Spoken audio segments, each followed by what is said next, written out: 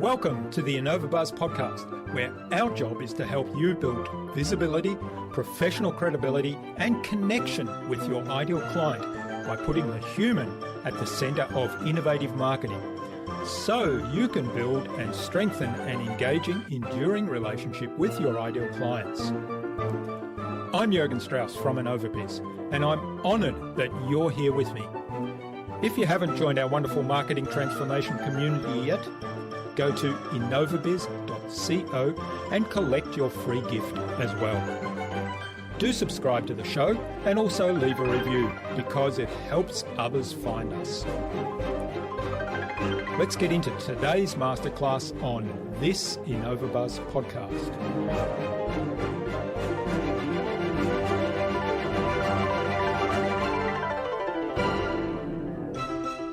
Everybody has a network. Everybody has potential around them. Everybody has people in their life that they need to revive those relationships. And my version of reviving a relationship is invest 2 hours and host a virtual dinner with the people that matter the most to you. That to me is the true definition of catching up with somebody, not just a quick 15-minute Zoom call. Hey, how are the kids? Right? So if you can bring your favorite people that you want to go deeper with together in a room where you get to control the ambiance, you get to control the type of conversation, and you get to control the conversations, relationships is the best investment you can make.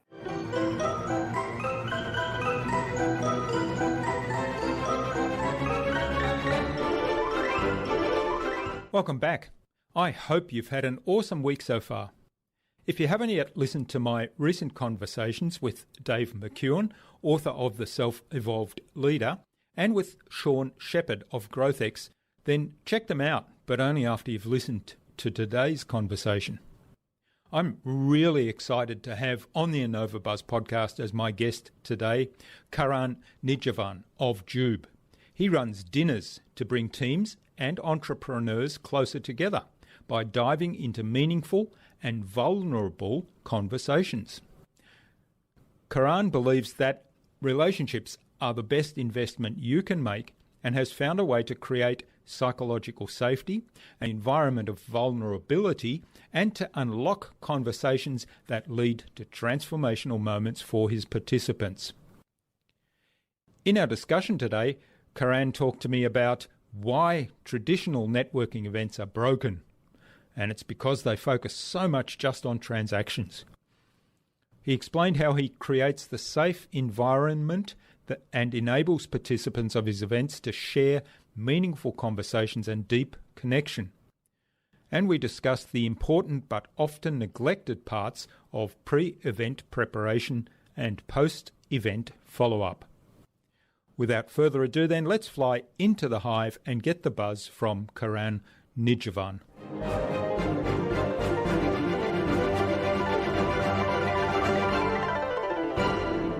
Hi, I'm your host, Jürgen Strauss from InnovaBuzz, and I'm really excited to welcome to the InnovaBuzz podcast today from Toronto, Ontario in Canada, Karan Nijhawan, who's the founder of Jube, which stands for Just Be Yourself, and he's also host of the Human to Human podcast, which I had the privilege of being on just recently. Welcome to the InnovaBuzz podcast, Karan. It's a real privilege to have you as my guest. I'm so honored to be here. And something I mentioned to you on our episode on my podcast was it's so fascinating to, 6 months ago, listening to you in the gym while I was working out, listening to your podcast. And now here we are, 6 months later, and I get to be on this end. So I'm just super grateful and super honored to be here. Yeah, well, we met through George Bryant's Lighthouse Method community probably a month or 6 weeks ago. George, of course, was our guest on episode 226 and episode 300, the last milestone one. So a big hello to George. Hey, George. And, I had the privilege also of recording an episode of the Mind of George podcast with him yesterday, which went for quite some time. I'm not sure if he's going to break it up into 2 episodes. We just got carried away. So, yeah, big hello to George. But like I say, I've also been privileged to be a guest on the Human to Human podcast, which you host. And the fundamental philosophy of that, as the name suggests, is focus on relationships as opposed to transactions. And I know, your business is around building networks through relationships. So give us a kind of a snapshot of how you got into doing what you do today and how that came about, because I know there's kind of an interesting story there and something that I can certainly relate to, and I'm sure others can too. Yeah. And when you hear the word networking and network and your tribe, your community, there's all these words that are interchangeable with networking. And 4 years ago, I found myself at a really poor networking event where my value as a human being was really being judged based on the business title on my business card. And I thought that was really backwards, that somebody's perceiving my self-worth as a human being, as a son, as a brother, as a member of society, my well-being, my gift, based on what the title on my business card says. So think about the last networking event you went to and somebody introduced themselves as an accountant. And where does your head go? Hey, well, I already have an accountant. I know what you do. Okay, next, who else is in the room? And I found myself at this really poor networking event where I just felt like everybody was after my wallet. Everybody was after the business card so that the next day they could go into the office and put me in their CRM and follow up with me and book an appointment to sell something. And I just felt like every conversation I had was less of a conversation and felt more like a transaction. And from that moment forward, I vowed never to go to what I would call a traditional networking event ever again. Started hosting my own events in the form of dinners where I would handpick people that I wanted to spend more time with, people that I wanted to get to know better, invite them to a room where there was no business cards allowed, no pitching allowed. You didn't have to wear a blazer or a suit. It was a place to have real, authentic, genuine conversations. And the premise of the dinner was, yes, networking, you're going to meet really cool people, but the real prize at one of these dinners is the quality of the conversation. And a lot of people refer to these dinners as their version of therapy. They're meeting other business owners and entrepreneurs that are going through similar struggles. And it was a place for business owners and entrepreneurs to just come together and have real conversations without pretending like their life is perfect. So one dinner turned into 2, turned into 3, turned into 160 now. And they've taken various forms from in-person to now virtual to working with event organizers and hosting the networking portions of their events. And, I say the word events, I say the word dinners. Really, all I'm doing is giving people a voice that they deserve to have. And putting them on an equal footing, right? Because in going back to your networking event experience where people make an immediate judgment based on maybe your appearance, your age is a big one, your business card and title, and perhaps who else you're talking to right then and there. So my experience in those events are if you want to get to meet somebody new and talk to them, you hang out with the people that they will hang out with, and then you kind of ride on the coattails. But all of that is very transactional, right? So you've turned it around, you've removed all those judgment-based things, you've basically prohibited pitches, and then people have to get to know one another at a relationship level, at a deeper level. Here's the thing. You go to a networking event, A, you probably never wanted to be there in the first place. You just signed up, or maybe you paid to go. B, you're probably going with your best friend. So it's just going to be the two of you hanging out, talking to yourself.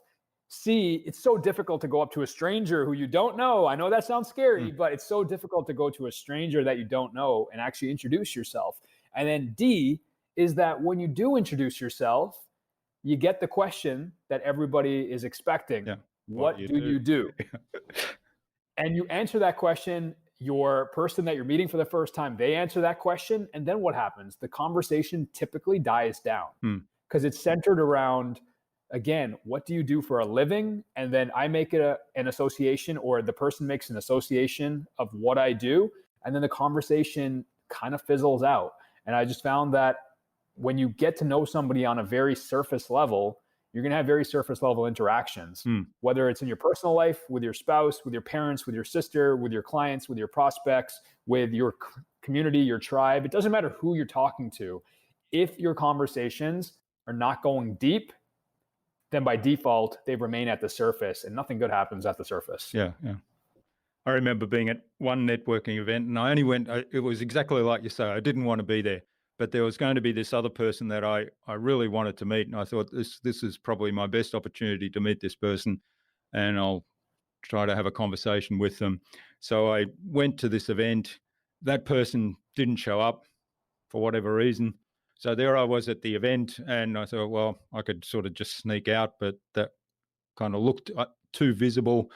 And then somebody came up and asked me exactly that question, hi, I'm Joe, and I introduced myself. I said, I'm Jürgen. He said, what do you do? And I thought, look, I don't really give a stuff right now because my objective was to meet this one person who clearly isn't here for whatever reason. So I thought, I don't really care. So I said, well, I spend as much of my day as possible riding my bike. And of course, that wasn't the answer he was expecting. And it then prompted a follow-up question, and then we actually had a conversation about bike riding, and I turned it around and said, well, what do you do when you want to enjoy yourself, and learned about his hobbies. And then we actually ended up with a much deeper conversation. And at some point, I think we switched the conversation to what's your business about? But it was kind of like there was a bit of a relationship already started before we got to that point. And you probably felt like friends by that point, right? It went from the classic, what do you do, to almost a way of asking, what has got you excited these days? How do you spend your days? What's got you the most energized? And you answered with a bike. That person now has one of two options. Oh my God, I love to bike, or oh my God, I don't bike, but I'm looking to get back into it. And it makes the conversation human. I can relate to somebody biking. I can tell you stories about bike crashes. I can tell you stories about me doing wheelies. I can tell you stories about my sister still not being comfortable on a bike and she's almost 30, right? It gives me so much conversation to have when you don't lead with what do you do? Yeah, that's right. So with the dinners, how big are they typically? I mean, you talked about starting the dinners, you invited a bunch of friends, and how did it grow from there? I guess first question. The dinners started off small and then they got bigger, but let me tell you kind of the model that works the best. So when I started doing dinners, it was really on this concept of you are the average of the 5 people you surround yourself with. And I looked at my 5 people and I wasn't overly happy. So my intention was, if I surround myself with 5 other people that are further ahead than me, have more experience than me, have more wisdom than me, have more experience than me, have a bigger resume than me, then slowly, if I'm the dumbest guy in the room, I'm going to start to level up because I'm going to start to hang out with superstars. So the majority of my dinners have always been me plus 5 people, so a group of 6, because again, I was of the impression you're the average of the 5 people you surround yourself with. Slowly, the dinner started getting a little bit bigger. When I do these at restaurants, I always try to get a private room in the restaurant because it's a little bit more intimate. You can have better conversations. So my biggest in-person dinner for myself has been about 24. My biggest in-person dinner for some of my clients have been in that 50, 60 range. And now that I'm doing them virtually, I've had groups of 55, 60, 70. I have one tomorrow with just about 30. Now, this virtual age, because of Zoom and technology, I'm able to replicate, I would say 95% of the in-person experience and intimacy and vulnerability. I'm able to replicate that online. So in person, after, about 20 or so people, it starts to lose its intimacy. So I like small tables. I like small groups of 6 to 10. I find it's one conversation and not many conversations. Yeah, well, I've been on one of your events, which was a virtual event, which is where we met. And I was curious, how do you, so in the virtual event, and I'll get you to describe how it works, but there's sessions where you break people out into rooms of 3 and those 3 people have a conversation and they've got, a reasonably generous amount of time to have a really deep conversation, although that time flies, was my experience. But how do you do that in the in-person thing? So you've got small tables of 6, say, do you break those up even more, or do you have the conversation within the table? So it's generally within the table in person, but I think what I like most about what you said was how do you actually replicate that intimacy virtually when you have more than 10, 20, 30 people? Most people in today's world are spending more time behind their screens. They're going to more webinars, they're going to more Zoom meetings, they're going to more conferences, virtual speaking events. And the problem with a lot of online events right now is that they're all about the organizer. They're all about the content. It feels like a webinar. Yeah. And even when I say the word webinar, a part of me is like, ugh, that means I got to sit down, I got to take notes. I can turn my camera off. I can be doing laundry at the same time. I can be cooking my lunch while I'm tuning into this webinar. Send me the replay. Yeah. And there's going to be right? a pitch at the end. And there's going to be a pitch at the end. So what I like to do is right away at all my events now, everybody has their camera on the entire time. So number one, you're already being intimate because you can see everyone else. You can hear everyone else. With the use of breakout rooms, you're able to take a room of 30, 40, 50, 60, 100 and break them down into smaller rooms of groups of 2, 3, 4, and 5, and 6, and more. But I like to create breakout rooms with about 2 to 5 people at a time because it makes that bigger event feel more human. Again, of this concept of you're the average of the 5 people you surround yourself with, even if you're in a large group, if I can bucket you into groups of 5 and 6, then I know from a conversation standpoint, it's going to get intimate very quickly. The other thing you said was time flies because you're having a conversation. And the thing that I make sure in every breakout room and at every dinner is that you're going into these breakout rooms with a very targeted and primed question that all of you have to answer. So imagine going into a breakout room without any context. It'd be super awkward. You'd be meeting 2 strangers. One person's cat might be yelling. You'd say, hey guys, like what brought you to the event? How do you know Karan? What do you guys do? It'd be super awkward. But if I tell you before you go into the room, hey, the question you all need to ask each other in this breakout room is, as you've gotten older, what's become more important in your life and what's become less important in your life? Then the depth of that conversation when you go in is very targeted, it's very focused, and it's going to get deep and intimate very quickly. And the way I structure the events is that every conversation in every breakout room, my intent is that the conversation gets deeper and deeper and deeper and deeper and deeper to the point where, I would say proudly 80 to 90% of my dinners have tears. They have people crying, people get emotional, and I welcome that. I don't think it's something to shy away from. I get emotional at my own events now. Maybe it's an age thing. Well, as I'm getting older, I'm crying more at my own events. I don't know. It's super weird. Yeah. Well, I have to say, I have to put my hand up and say I cried at your event, and the question was, who has inspired you the most? What one person, I think you said, has inspired you the most? And I was in tears when I told my little group of 3 my answer to that question, and then you called on me to give feedback to the room, and I sort of broke up again then. Here's the thing though. See, while you were in the breakout room, I didn't know that you might have shed tears. Yeah. I had no way of knowing. Sometimes people kind of lose it right then and there.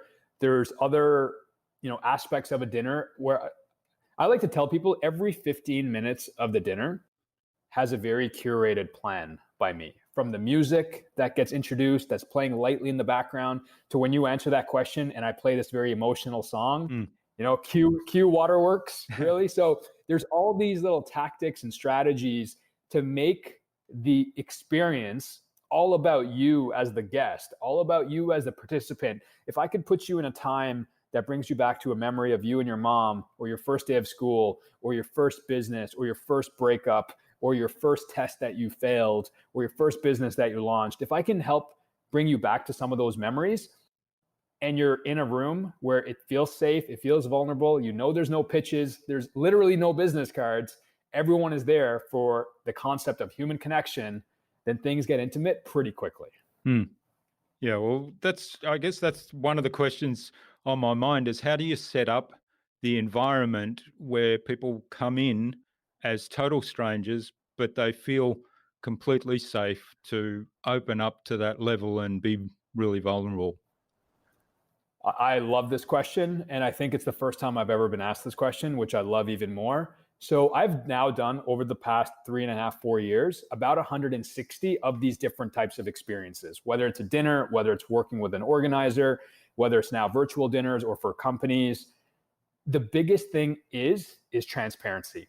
Every dinner is super transparent. And here's what I mean by that. Here's the key ingredient that makes every single event feel very vulnerable and authentic from the moment I hit start.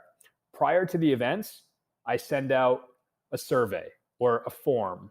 And in those forms, I ask questions like, what's keeping you stuck right now in life? Or where do you need the most support right now? Or what are 3 words you're using to describe this week? Or what's the one thing that's really scary or top of mind for you right now? And I ask all these questions. And during the dinner, anonymously, I open the event with these very real, raw, transparent answers. I don't say who said what. I never mention names.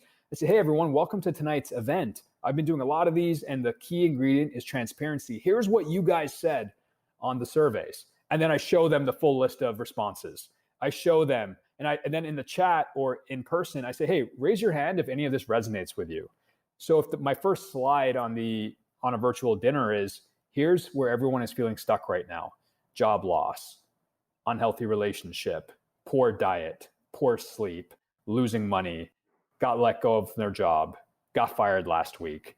And I share all these things, and all of a sudden, while you are, quote, a stranger in the room, you start to feel like, holy crap, I'm not actually alone here. Other people are actually going through something as well, because we always think that we've got the most unique story, we've got the hardest, we've got the toughest heartaches, nobody could possibly understand what I'm going through. And then I share these responses from the surveys, and everyone's like, oh my God, like, I'm in the right room, I'm meant to be here. And then the next question is, where do you want to be a year from now? And then I start to share where they want to be a year from now. So you hear incredible answers like, I hope I'm holding my 2 babies, or I hope to be living in a different country, or I hope I get to make 6 figures this year. I hope I get to hire my first teammate. I hope my course sales gets 50 course sales. And you start to, again, you bring people together over the difficulties, but also with the amazing things that they want to accomplish in the next year. And when you set that context up front with the energy that I bring just because I love talking about relationships, right away, everyone feels this sense of ease. They feel a sense of camaraderie, connection. And it's because I lead with that open transparency, saying, hey, this night is about you. There's nothing to sell here. And this is what you all said in the survey. Take a look. And then I say, hey, who here can relate to this? And then the chat features go crazy. Everyone's like, oh, me, that's me. Oh, I can relate to that. Or, oh, Jurgen said that. Oh my God, I can totally relate. Like I had the exact same experience. And I create this connection that before the night even begins, you already feel like you're meant to be and you are in the right room. Yeah. Well, the other thing you did in the event I was on is you kind of called people to action at the beginning and said, here's what's going to happen in the room, and it is going to require a level of vulnerability. And you went through a couple of other things, and you said, if you're not up for that, you can leave now. No hard feelings. Nobody's doing roll call or something like that. And you know what? That's honestly something I'm stepping into lately. I'm finding more of who I am. I'm discovering who Jube is, what the business stands for. And the more events that I do, I feel like the more flexible I'm becoming with my own business and the more honest and real I'm becoming. Because I've been in enough rooms where I'm not treated like a person. I'm treated like an opportunity, or I'm treated like someone's pipeline for the future. And I've been in enough of these rooms that I truly don't have time to have those types of conversations if I'm just being pitched and prospected 24/7. So you're right. Up front, I make it very clear that, hey, this is a very transparent event. Here's the survey responses. P.S. If you don't want to be here, now is the perfect time to leave. And I still love you. And we'll see you again at a future event. But now would be a great time to hit that leave button on the bottom. Now, I can't do that at an in-person dinner, but again, with the in-person dinners, I handpick who I'm inviting. I handpick. So there's already a level of, okay, I know Jurgen is a quality person, and I know that he's only got one layer, which is deep. He's the perfect fit for a dinner. Okay. Now, with the dinner, you mentioned breakout rooms, and that makes a lot of sense because you want to minimize distractions and that. But how do you go about setting up the dinner in real life? And this is, for the times when COVID will be gone and we can start to do things like meet people in real life for dinners and at restaurants. Yeah, listen, I miss my dinners. I miss that in-person hugs, the handshakes, the camaraderie, the passing of the plates, the sharing of the wine. There's something human and tribal about us passing food around the table and all sharing from the same plates and the same meals. There's something really powerful and amazing from a connection standpoint. Now, how I replicate that, obviously there's no breakout rooms at a restaurant. There's just you and a table. Here's how I do it. I go around the table, I introduce everyone, and all of them answer the exact same 3 questions. They all answer the exact same 3 questions. The first question is, as you've gotten older, what's become more important in your life and what's become less important? The second question could be something like, what memory instantly makes you happy? And the third question is, what's your biggest personal win in the last 60 days? And it can't be work related. And everybody, a group of 6, group of 10, group of 12, everybody answers that question. So you get a real sense of what someone's values are. If I know what's become more important in your life and it's books and self-development and your health, I'm like, oh my God, I got to connect with this guy, Jurgen, because I'm totally of the same mindset. Whereas if I led the conversation with, hey guys, this is Jurgen, he runs a podcast, he can get you on other shows, then I would bucket you as, quote, a podcaster. Yeah, the podcast guy. Yeah. And I wouldn't want to bucket you in that category because that's not fair, nor is it right. And you've got so much more to offer than just being, quote, the podcast guy. So I create, again, that sense of level playing field where everyone goes through the same questions. And then towards the end of the night, I do this thing called roses, buds, and thorns. And every person at the table has to share a rose, meaning something positive, beautiful, flourished that's happening in their life. It could be personal or it could be business. Then everyone shares a bud. And a bud is an opportunity that one day with more love, water, nourishment, feedback could turn into a rose. And then the focus of the night goes to everyone's thorns. And thorns are those little buggers that keep you up at night. Sometimes they're really deep, and sometimes they're just on the brink of being pulled out. And my intent of all my dinners is that you walk away with your thorn either completely plucked out or at least make it not sting as deep.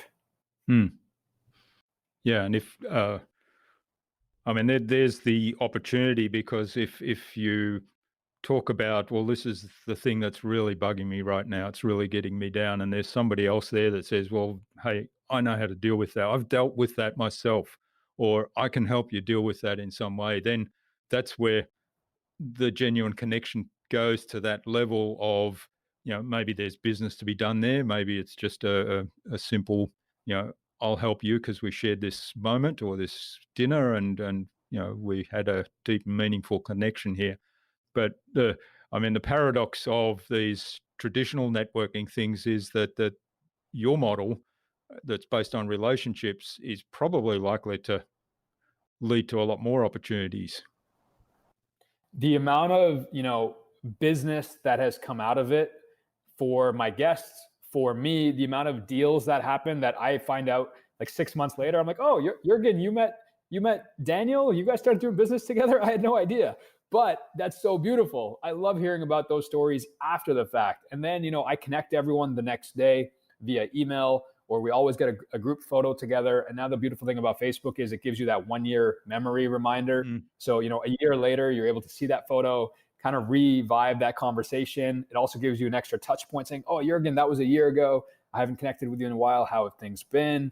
Right? It starts to become this family. And now if you look at my Facebook or my Instagram or my website, the majority of the photos are just dinners. There's virtual dinners, there's dinners at restaurants, there's dinners at my house. I never thought I'd have a business based around eating food and asking questions. Yeah, I like what you said about the connection that's built around the dinner table, passing food, and sharing wine. And one of my clients is a family therapist, and her whole basis of bringing families together is based around that whole concept. She says, in our family, we get together at the dinner table, we have a nice meal, we share that meal, and that's where the meaningful conversations happen. And if we've got an issue to deal with as a family, we'll get together at the dinner table and have that discussion. and that's how she's built her business. It's kind of the whole metaphor of that dinner table. So I really like that, and I can see how that adds a lot of value. I love that. And the phone and the cell phone is probably one of the most powerful tools that we all have, but it's also one of the most powerful distractions that we all have. And if you're at dinner eating a table, number one, you're completely disconnected from the conversation and from the food. And number two, you're just looking down the entire time. So at my dinners, I make it very clear up front, if this is an in-person dinner, cell phones do not come out. We get a group photo at the end. If you have an absolute emergency, you actually leave the room and you take your call or your text messages or whatever that is. And strategically, this is going to be interesting. I've never shared this, but sometimes I pick restaurants in a basement where there is no service. So I'll go to the restaurant in advance and I'll go check out their private room and I'll be like, perfect, I don't have service now. That's very good. It definitely adds to that. It definitely adds to just that connection piece, right? Imagine how distracting it would be it's already so distracting. If you're talking to your friend and they're on their phone, you're like, are you even listening to me? Yeah. Or if your partner at home, or if your dad, or if your mom, your sister is like, they're listening, but are they really listening? Because they're on their phone on Facebook or Instagram. So I think it's just it's not professional, number one. It's rude in other ways.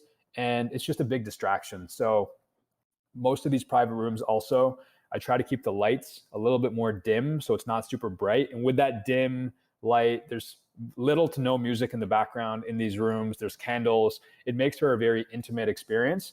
And I would say, at all of my dinners, maybe there's been 2 situations where somebody has had their phone out on the table. Everyone knows in advance the phones go in the pocket on do not disturb. Well, actually, you reminded me there. You said something about music. And you reminded me that I was going to follow up on your comment earlier about the selection of music going through the thing and the 15-minute blocks, how you've planned the whole thing out. So tell us a little bit more about how you plan out those 15-minute blocks and all the bits and pieces that go into it. I think, again, I try to make my events kind of the anti-webinar. And again, I refer you back to, think about the last webinar you were on. It was a one-way dialogue, one-way conversation. There was somebody presenting a slideshow. There was very little chat features. There was no breakout rooms. It was very one-sided. And I think a lot of conversation today, unfortunately, is one-sided. Is the other person on the screen, the keynote, the presentation, it's all them speaking to a bunch of people. And I'm a big fan of engagement.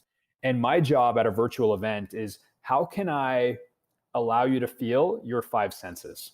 How can I get you to smell something? How can I get you to hear something, taste something, see something, hear something? So the way I plan my dinners is just like a story. It's got a beginning, it's got a middle, and it's got an end. And I think about most stories kind of start off a little bit rough, then they get a bit better, and then they get a little bit rough, and then there's this climax.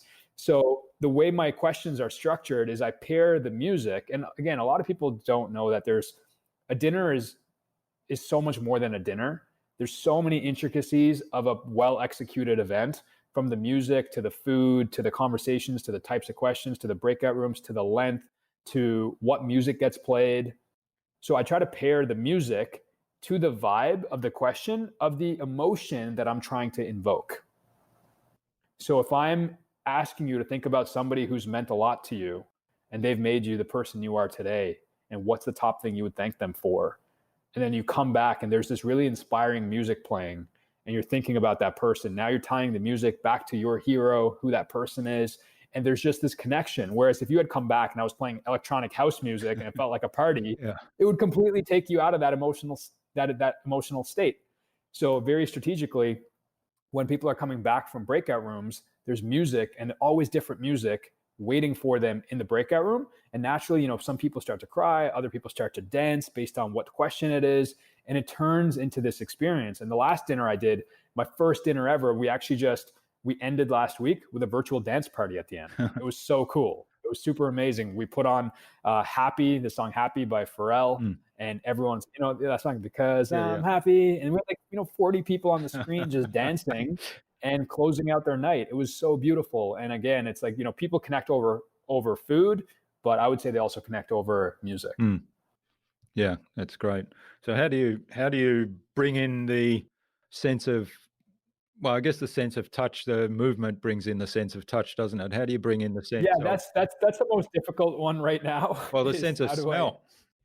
How do you bring in the the, smell is I generally at these dinners I will ask the participants to have either wine or a drink okay. or food in front of them. So I mean that's the piece that I rely on them for. Now, I've had clients where in advance of the dinner, my clients, what we'll do is we'll actually send out a week before the event, we'll send out like a Uber Eats or some sort of delivery gift card. Mm-hmm. So we'll say, hey guys, the night of the dinner, order food on us and have it present for you during the meal. So then, dinner starts at 7, 6:30, their doorbell rings, they've got somebody with a food delivery.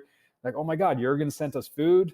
And now it connects you to them on such a deeper level that because you've gone above and beyond, you've already taken care of their meal for the night. One of the most stressful things for most families is what's for dinner tonight, and you've already got that taken care of. So, and again, that could have the smell, maybe even the touch. I've had people send out chicken wings in advance so things get dirty.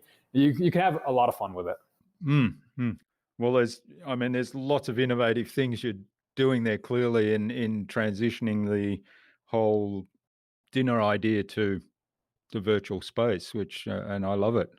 And I guess one of the things it allows you to do, and there's lots of people are seeing this now that haven't been working in the virtual space before and are forced to do it now because they can't meet in person. They're now suddenly seeing, wow, there's actually opportunities here. And one of the big ones I see is, you're no longer limited by geography.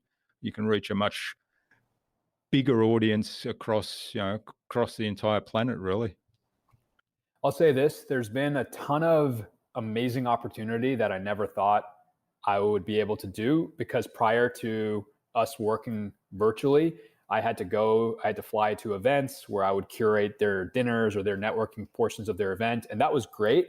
But when the flights got shut down, borders got closed, the virtual space started to happen, there was a sense of panic. I didn't know what to do. I felt like my business was going to completely die down. I felt like my entire industry was screwed. So there was this sense of like, oh my God, what do I do?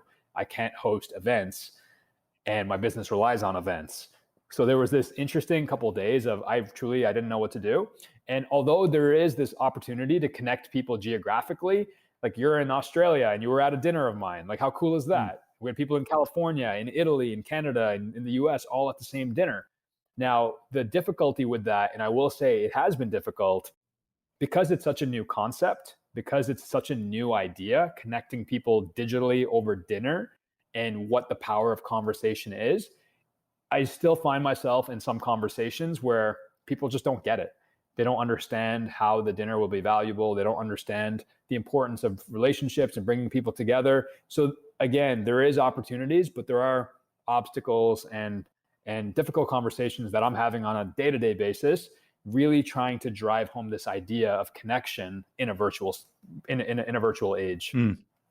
Yeah, I guess perhaps it's looking at some of the benefits that might come out of that. And one of the things I know you do work for internal teams on kind of team building, and basically you run the same event with that internal team, and the outcome of those deepening those relationships is the team building. And the other one I thought of as you were talking about the Uber Eats was there's lots of wineries that are doing virtual wine tastings now. So their business has dried up because a lot of it was walk-ins to their winery and wine tasting and tours and whatnot.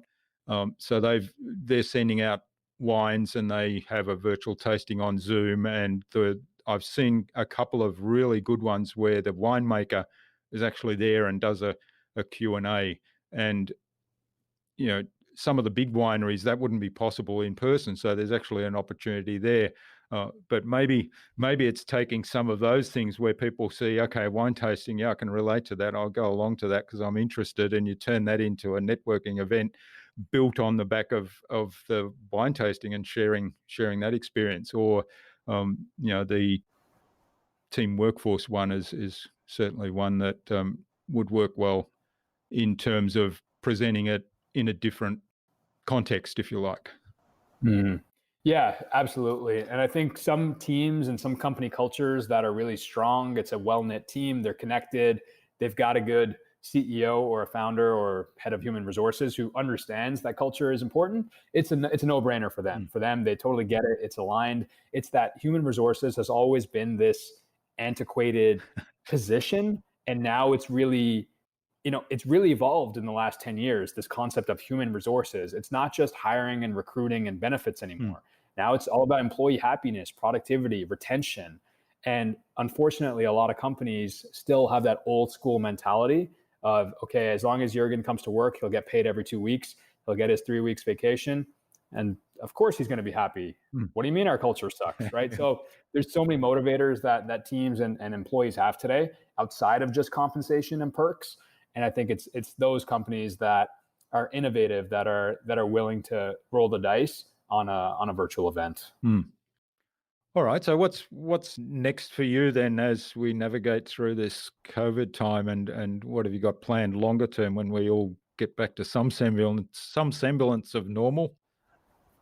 Yeah, right now, for the last 100 days or so, probably even longer, I've been all in on these virtual events. So my biggest priority right now is hosting events for myself, hosting events for clients, people that have communities, people that really want to deepen their communities, and then hosting events for companies and their internal teams, as well as some of their best customers as a customer retention and customer loyalty aspect. So that's where all my energy is going. And about 3 months ago, I actually created my first digital course. And it's really what I would call the blueprint on how to build your network. So it's everything I've learned over 3 years and 160 plus dinners, how to find a restaurant, how to host virtual events, the scripts that I use for invites, how to monetize the dinners, how to build a community around it. So I'm putting a lot of energy now behind my digital course, which is very new to me, to be able to sell something while it doesn't require my time. So I'm new to the course world, but of the students that are in that program, I'm getting really good feedback and good results. So yeah, really just trying to make that course bigger and better and introduce new modules as I'm learning kind of on the fly of what to do if restaurants never open again. Yeah, well, let's hope that doesn't happen. But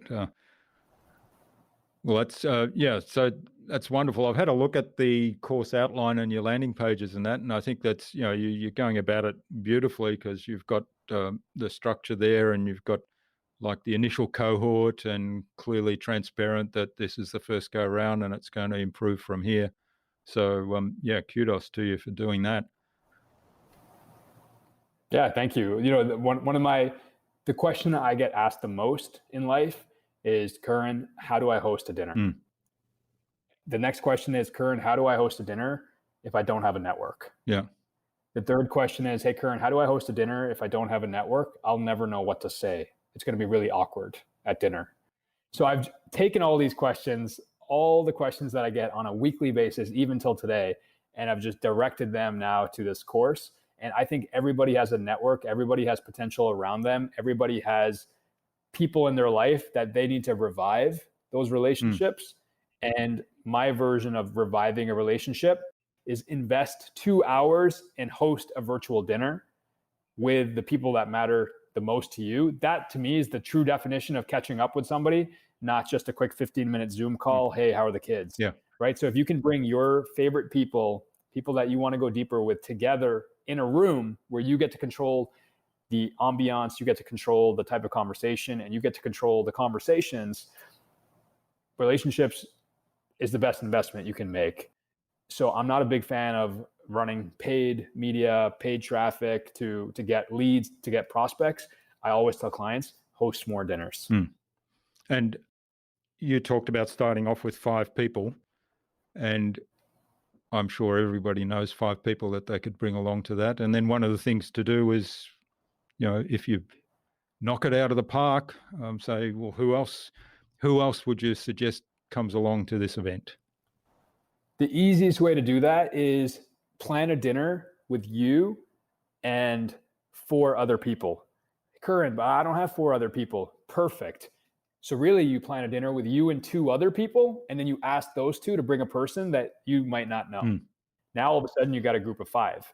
You have this amazing event. The next day you connect with all 5 of them, say, hey, I'm going to do this again in a month.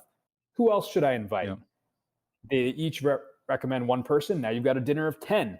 The next month, you do this again. Fast forward 4 years, and maybe you can turn it into a business as well. Exactly. Yeah. Yeah. Well, I mean, that's exactly the principle I use on this podcast. I mean, you know by now that I'm going to ask the question at the end, who else should I have on the show? And I've had, I think this is going to be episode 334. And I've probably had over 300 people that I'd never met before on the show. I'm going to give you another person that you've probably never met before. And I'm actually going to recommend for your future podcast, my girlfriend, Brandy Lifeso. She has got an amazing journey. She lived in and out of the shelter system. She lived in a safe house. And while she was living in these very uncomfortable conditions, she actually started a makeup line. She started a makeup company while living in a women's shelter. And as she would say, grew it from $15 and a laptop to, I think last year, a $15 million valuation. So she's got a very unique story. She's kind of the definition of grit, the definition of perseverance, and is definitely one that keeps pushing me forward in life. So I would recommend Brandy. Right. All right. Well, I just used that as an example there. I was going to ask at the end, but we'll definitely have Brandy on the show. Okay. Now, I think it's a good point to move on to the Buzz, which is our innovation round now. And as you know, it's designed to help our audience who are primarily leaders in their field and innovators with some tips from your experience. So I've got 5 questions, and hopefully you'll inspire the audience to go and do something awesome today as a result.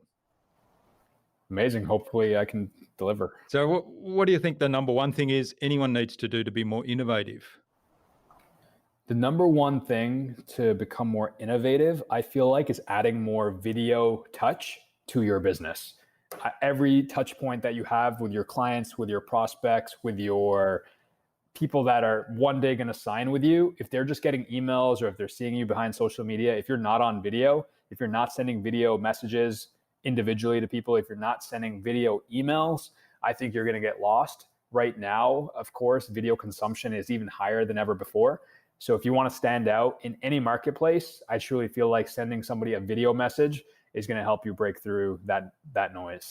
Yeah, that's great advice. And I'm doing a lot more of that now. And there's so many tools around that make it really easy that basically, I mean, you have to have a webcam, but all you do is click a button, hit record, and say something. And it only needs to be a minute or two. No need to go to great lengths to script something, have a nice clear background and nice front lighting, and you're away. Jürgen, when was the last time you received a video email? I don't remember. Exactly. Yep. So that's perfect. I'm so grateful that went my way. So think about, the people that are listening to this. When was the last time you got a video email? And if it's the same response that Jürgen just had, then imagine your clients, your prospects, the people that you care about the most, imagine them getting a video from you, actually seeing a person behind the brand, a person behind the business. Talk about relatability. So want to become more innovative, show more of your face via video to the people that matter the most to you. I always follow up, and I'm giving away a secret here. I always follow up a week after the show with my guests so I follow up the immediately afterwards or on the same day with the thank you email, just a written email. And a week later or within the week, I'll send them a video email, just thanking them, sort of talking about some of the highlights for me of our conversation and more or less inviting them to stay in touch with me. And you won't believe how many people come back and say, that is so amazing. In fact, I had some very high profile people that have come back and said, what a touch of class. And I thought, I was actually a bit scared to send that one because I had, the imposter syndrome was there in my head telling me, who am I to send this person a message? But that it actually really connects. So great advice. Think about it. When you send somebody a video, when somebody gets a video, They get to see you. They get to see what your background is. They get to see what clothing you're wearing. They get to see whether or not you're smiling. They get a sense of your tone. Are you happy or are you just hiding behind an email? They get to hear your voice. They get to look into your eyes. There's so many aspects of communication that get lost in an email or worse, a text message that can be avoided altogether by a simple, to your point, 30-second, 60-second video where you just say, hey, you say their name, record for 15, 20, 30 seconds and end it and send it off. And there's so many free tools out there. I could list you 10 free services, but let me just name 2, vidyard.com, loom.com. And I'm just going to stop there because I don't even want you to get too many options. Just pick one of those 2 free ones and send your first video message today. That's right. Yeah. And both, I use Loom quite a lot, and there's dub.com. There's a good one too, but we don't overwhelm. Don't even confuse the people. Just give them 2 options. All right. What's the best thing you've done to develop new ideas? The best thing I've done to develop new ideas, I would say, is ask the question, I don't know, more than ever before. I grew up in a house, I grew up in an environment where if you said I didn't know, you were considered stupid or you were considered less than. And I shied around that question and I hid behind that question a lot. So I'm not copping out of this question. I truly feel like as I've gotten older, I'm saying I don't know more, and I'm okay not knowing the answer. I'm okay not knowing more. I could tell you, like I go for walks and I take long showers and that's where I get my brilliant ideas. I spend less time behind my screen and I ask myself, what do I really want? Not what others are expecting me to build or what others are expecting me to create. So honestly, I just have introduced the words I don't know more into my vocabulary, and I'm actually super grateful for it. Yeah. And then being open to what people tell you, I guess, being curious, what do you think as a follow-up? Yeah. All right. And do you have a favorite resource that you use a lot? Favorite resource? I do send hundreds of video emails on a monthly basis, and I do use Vidyard for that. Again, there's a free version, there is a paid version. Honestly, the free version is just as good. And again, I want to tie it back to the first question, is like video emails, I think, are going to be a bigger part of everyone's business going forward, whether it's on your customer service, whether it's on your complaints, whether it's onboarding, whether it's keeping loyal customers, whether it's milestones in a customer's journey with you. I mean, you've had Joey Coleman on a podcast, he talks about how to never lose a customer again. And he's all about how do you wow your customer after the transaction. So I think, he's got some gold there. He's got some gold on where can you introduce more video into your touch points with your dream clients and your dream customers. So Vidyard is the tool I use quite a bit.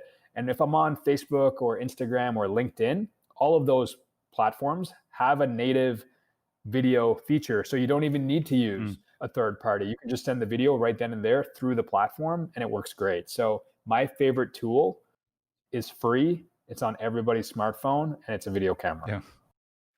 Yes, that's right. You can actually use them for things like phone calls and video calls too. You can do a direct video calls through the phone. I love FaceTiming people randomly out of the blue. Okay, now what's the best way to keep a client on track? Best way to keep a client on track, I think, is to build the future with them and not just propose your ideas, not just propose a solution, but have a two-way dialogue and two-way conversation every step of the way. The second thing is that's been working really well for me is weekly accountability.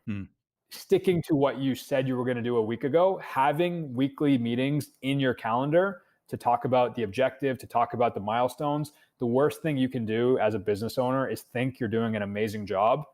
And little do you know, your client on the other end is wondering why you haven't reached out or where the deliverables are or what the status looks like. I send all my clients weekly meetings leading up to their event and then a post-event debrief call every step of the way. They know what's happening in the back end.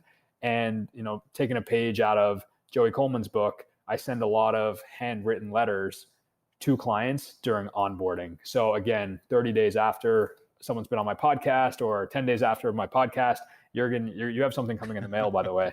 So, and I just gave away one of my secrets. So yeah, I think, the best way to keep a client on track is really to build what the future looks like with them. So it's more of a two-way integration and not just you being a vendor and them being a customer. Yeah, I love that. I mean, there's so much gold in that. And it all comes back to relationships again. And the relationship, I mean, what I love in particular, and that's what I love about Joey Coleman's work too, is that the relationship doesn't stop when the sale's made, which is what the kind of the old school traditional marketing and sales methodology, well, it doesn't necessarily preach it, but it kind of practices that. All right. Now, what's the number one thing anyone can do to differentiate themselves? To differentiate themselves, man, I want to say video email. Yeah, I want to say video again. I would say every day, every week, share the struggles that you're going through publicly. I think people connect with businesses, they connect with business owners, they connect with you as a person when they know you're also going through struggles, you're also going through heartaches. Again, I don't want to just say this cliche of, everyone posts their highlight reels on Instagram and they post the best things happening on Facebook. The people that I really connect with and that I resonate with are the people that are also sharing their struggles that they're going through.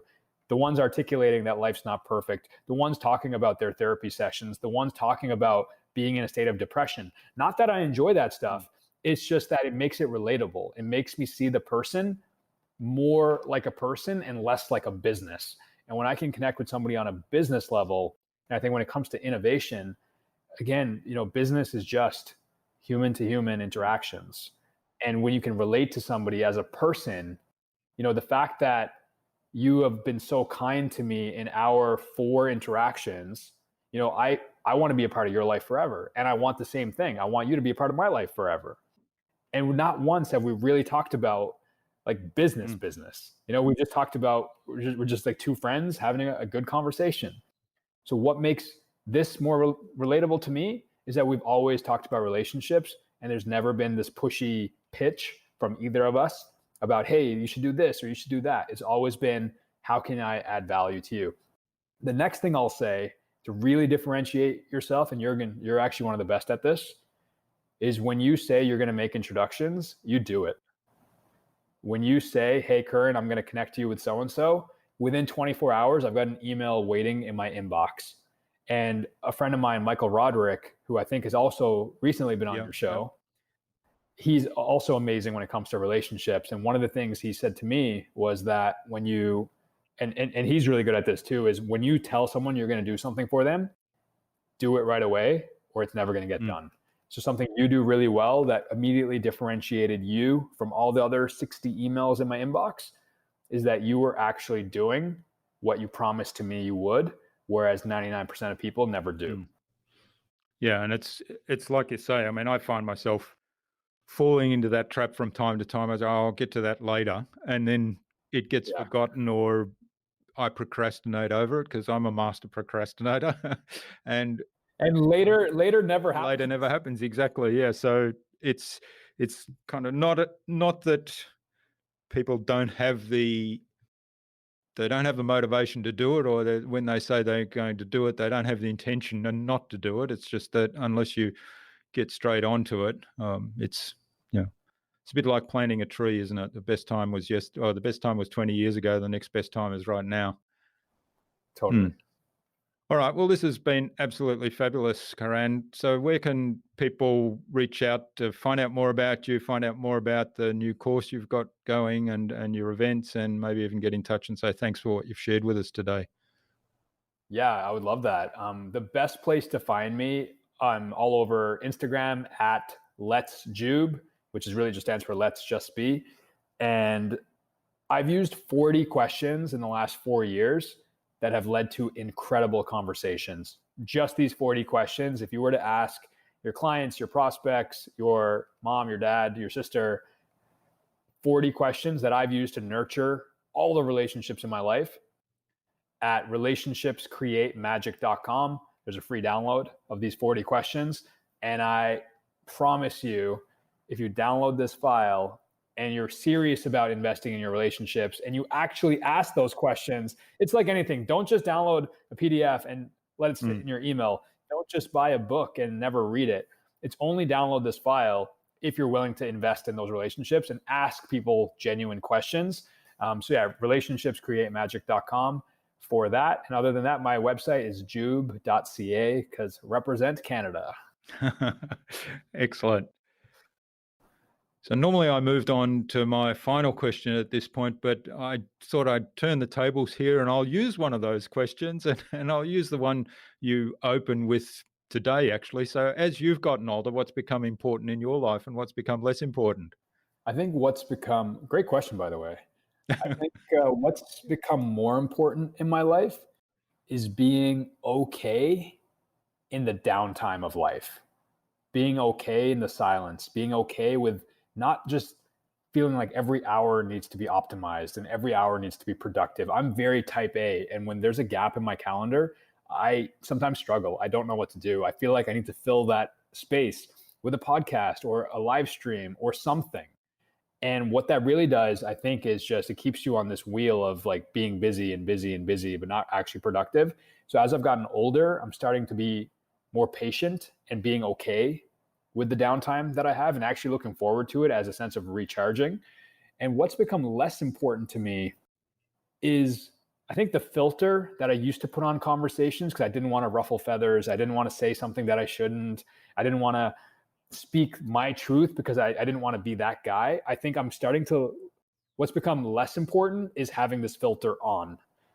So the majority of the time, my filter now is just off. I am who I am, whether I'm talking to you or my girlfriend or my clients or people on a live stream, is I'm going to come at you with one level of Karan, and that's who Karan is. And there's just no filter. And what I'm finding is that I'm feeling more like myself, and it's forcing people to really resonate with me on a personal level because there is no more filter. So more important is being okay in the downtime. Less important is this need of feeling like you need to have a filter.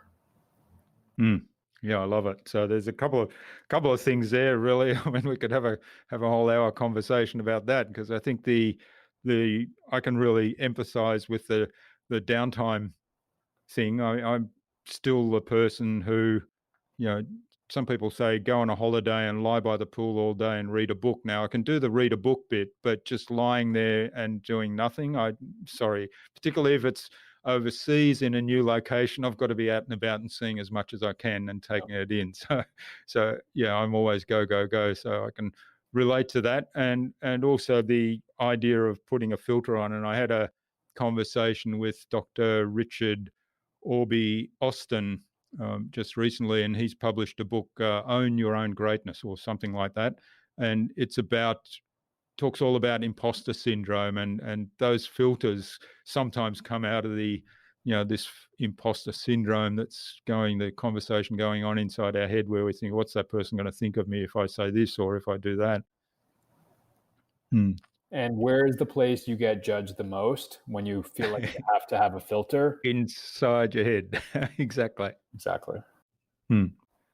All right. Well, thanks so much for sharing. So I've asked about who to interview. So we'll connect with Brandy. We'll get an introduction and bring her onto the show. And I think it's time to wrap it up here. So thanks so much for sharing your time. This has been a blast, Karan. I really learnt a lot more about how the behind the curtain of your events and how you plan for them. There's obviously a lot of work goes in, both the planning and the structure and the systems that you have in place, and then also the follow-up, which is really important, and you've highlighted that as well. So congratulations on doing that. Keep doing the great work you're doing. I'm looking forward to the next event I'm coming on, which is soon, and I've really enjoyed our conversation today. All the best. Thank you so much for having me, my friend. And listen, if you're listening to this podcast and you haven't already left Jurgen a review, and now it's been over 300 episodes, now would be a great time to leave him a review. You don't even have to mention this episode, but just mention that you love hearing his voice. Subscribe to him. I know how important that is. And please leave a review, not for me, but just for the guy who's brought you over 300 episodes of amazing value. So Jurgen, thank you so much for having me. Thanks, Karan. I really appreciate it.